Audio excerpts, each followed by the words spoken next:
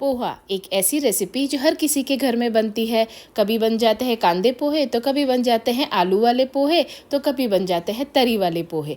तो आज मैं आपके साथ इसकी ही एक वैरायटी लेकर आई हूँ जिसे कहते हैं इंदौरी पोहा। ये बहुत ही ज़्यादा यम्मी और टेस्टी बनकर तैयार होते हैं। So hello everyone, welcome back to Pinky's kitchen. तो यहाँ पे मैंने ले लिए हैं 2 बड़े कप पोहे। ये पोहे हमारे नॉर्मल वाले हैं, पतले वाले नहीं लेना है हमें इसमें।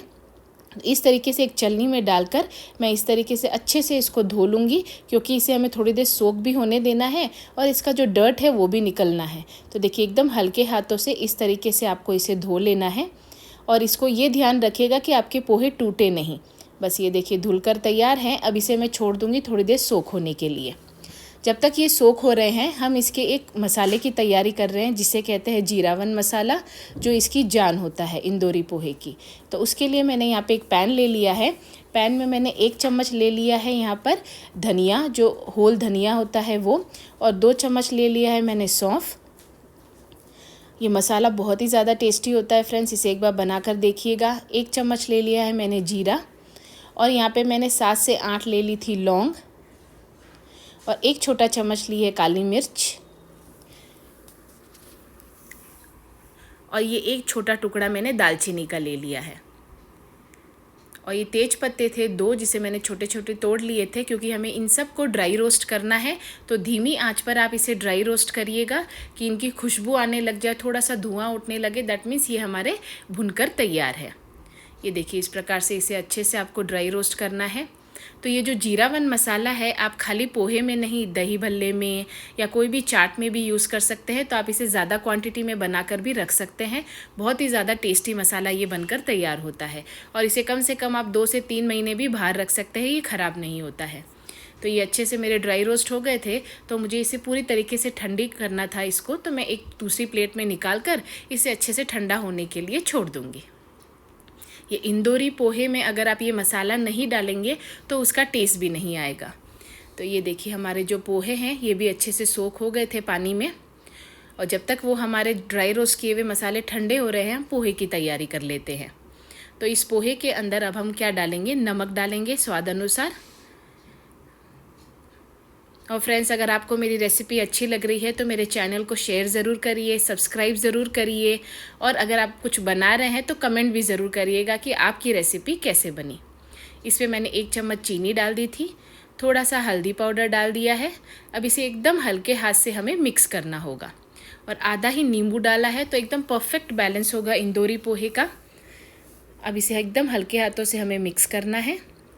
चाहे तो आप ऐसे कर सकते हैं। इस सारे प्रोसेस को कोई चलनी में ही करिएगा, बस ये ध्यान रखिएगा कि चलनी के जो वो हैं वो बड़े बड़े होल ना हो, एकदम पतली वाली चलनी होनी चाहिए, नहीं तो सारे मसाले नीचे गिर जाएंगे। अब वो हमने तैयार कर लिया है। अब उसके लिए मैं एक तड़का तैयार कर रही हूँ, और जो थोड़े डाइट कॉन्शियस होते हैं उनके लिए भी इंदौरी पोहा एक अच्छे से ऑप्शन है।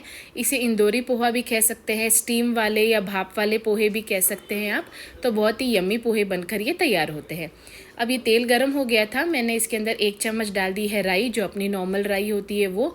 2 मैंने मिर्च को कट कर लिया था, ये कम तीखी वाली थी, अगर तीखी वाली हो तो 1 ही मिर्च काफ़ी है। उसको भी मैं इसमें डाल लूँगी, और खूब सारे करी पत्ते डाल लूँगी, और इन सब को अच्छे से फ्राई कर लेना है हमें। मिर्च और को एकदम इसमें कड़क हो जाए वैसा हमें फ्राई करना है मिर्च को। ये देखिए ये फ्राई हो रहे हैं।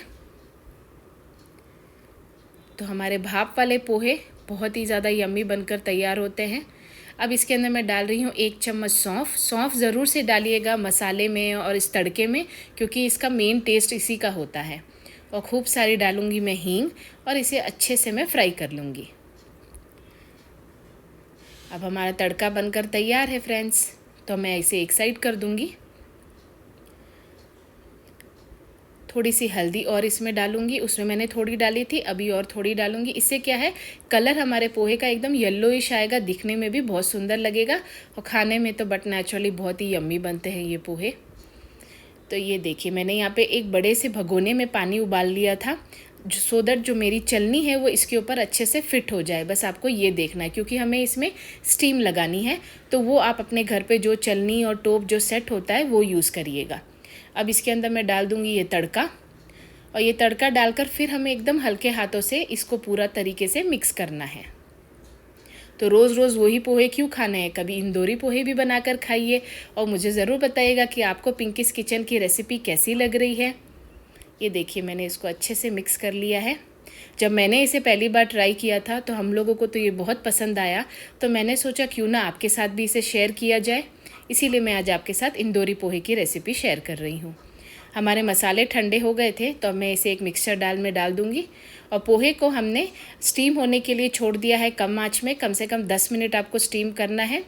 और यहाँ पे मैं जायफल डाल रही हूँ, एकदम थोड़ा सा, मतलब 1/4 स्पून समझिए, एकदम थोड़ा सा जायफल हमें डालना है, और अगर नहीं हो तो आप स्किप भी कर सकते हैं।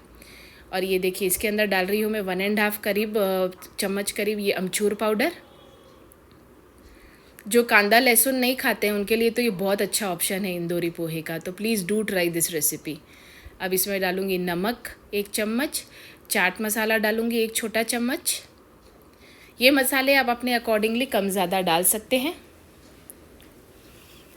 अब इसके अंदर मैं डाल रही हूँ काला नमक करीबन 1 छोटा चम्मच। बाकी जो मैंने मेजरमेंट बताए थे धनिया के और सौंफ के वो यूज़ करिएगा, बाकी ये मसाले कम ज़्यादा आप अपने मन से डाल सकते हैं। 1 छोटा चम्मच हल्दी का डाल रही हूँ मैं इसमें, 1 चम्मच कश्मीरी मिर्च, छोटा चम्मच ही है, और 1 छोटा चम्मच नॉर्मल वाली मिर्च, ये भी डालना है हमें इसके अंदर। और इसमें डालूँगी खूब सारी हींग। देखिए जीरावन मसाला बनाने में टाइम लगती है, लेकिन अगर ये मसाला रेडी हो तो पोहे हमारे झट से बनकर तैयार हो जाते हैं। तो 1 चम्मच मैंने इसमें चीनी भी डाली थी और इसे अच्छे से मैंने ग्राइंड कर लिया था, एकदम फाइन बना लिया था, देखिए पाउडर इसका। अब इसे मैं एक एयरटाइट कंटेनर में रख दूँगी, 2 से 3 महीना तक इसे यूज़ कर दूँगी, लेकिन ये बहुत जल्दी ख़त्म हो जाएगा क्योंकि ये हर चीज़ में काम आ सकता है। 10 मिनट हो गए थे तो हमारे पोहों में भी अच्छे से स्टीम लग गई है, देखिए। तो हमारे भाप वाले पोहे बनकर तैयार हैं। अब हमें करनी होगी इसकी प्लेटिंग। तो अगर जीरावन मसाला रेडी है तो Indori poha any time anywhere you can make it. तो ये देखिए हमारा तैयार है, तो इसकी करते हैं हम प्लेटिंग। तो मैंने इसे एक प्लेट में निकाल लिया था इस तरीके से, और गर्मा गर्म सर्व करिएगा तो ज़्यादा यम्मी लगता है। अब इसके ऊपर डाल रही हूँ मैं जीरावन मसाला खूब सारा, वही इसको एकदम चटपटा टेस्ट देगा। और इसके ऊपर डालूँगी मैं थोड़ा सा छोटे कटे प्याज, जो नहीं खाते वो मत डालिएगा। और इस पे मैं डालूँगी नमकीन, अगर आपके पास रतलामी सेव या भुजिया कोई भी नमकीन हो वो आप डाल सकते हैं इसके ऊपर। तो हमारा यम्मी सा इंदौरी पोहा बनकर तैयार है। क्यों हम रोज़ वही पोहे खाएं, क्यों ना डिफरेंट वैरायटी ट्राई करें। तो आप भी इसे ज़रूर से ट्राई करिएगा। और मेरी रेसिपी देखने के लिए थैंक यू वेरी मच। सो मिलते हैं हम फिर से एक अच्छी रेसिपी के साथ।